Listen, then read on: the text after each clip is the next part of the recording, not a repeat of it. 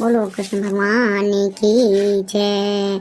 भगवान कृष्ण बोले, युधिष्ठिर, चैत मास के शुक्ल पक्ष की एकादशी का नाम कामदा है।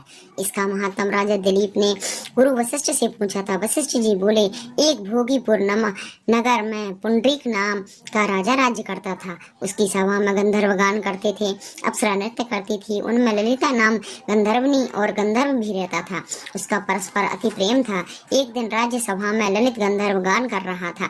ललिता उसके सामने थी। उसकी स्मृति में गाना अशुद्ध गाने लगा।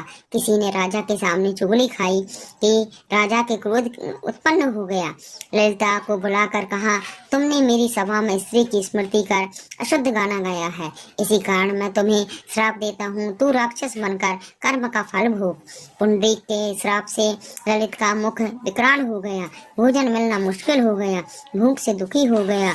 उसकी स्त्री सुना तो वह भी वन में उसके पीछे पीछे बिचरने लगी।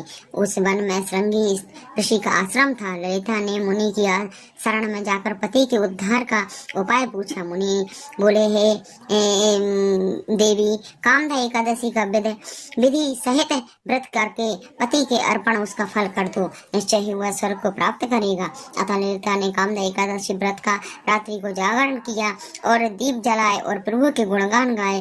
प्रातः ब्राह्मणों को दक्षिणा देकर भोजन खिलाया। फिर उसकी परिक्रमा कर पद पद से अश्वमेध यज्ञ का फल मिला। ब्राह्मणों के सामने पति के अर्पण संकल्प कर दिया। उसी समय से वह राक्षस योनि से छूटकर पत्नी के सहित स्वर्ग को चला गया। बोलो कृष्ण भगवान की जय।